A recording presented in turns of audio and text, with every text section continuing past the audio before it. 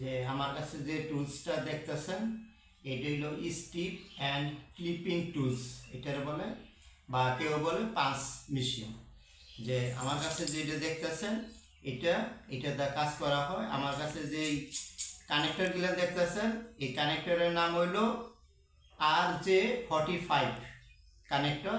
এই কানেক্টরের মাধ্যমে এই স্টিপ ক্লিপিং এই টুলস দিয়া কাজ করতে হয়, পাঞ্চ করতে হয়। আর এটার সাথে এই যে ক্যাট 6 তার, এই ক্যাট 6 তার এটার মাধ্যমে লাগাইয়া পরে এটারে পাঞ্চ করতে হয়।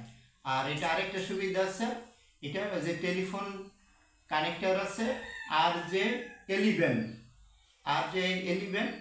টেলিফোনের কানেক্টর, এটাতে কাজ করা হয়। এই যে এই পিনটা এটা কাজ করা হয়, এটা হলো নেটের কাজ করা হয়, নেটওয়ার্কের।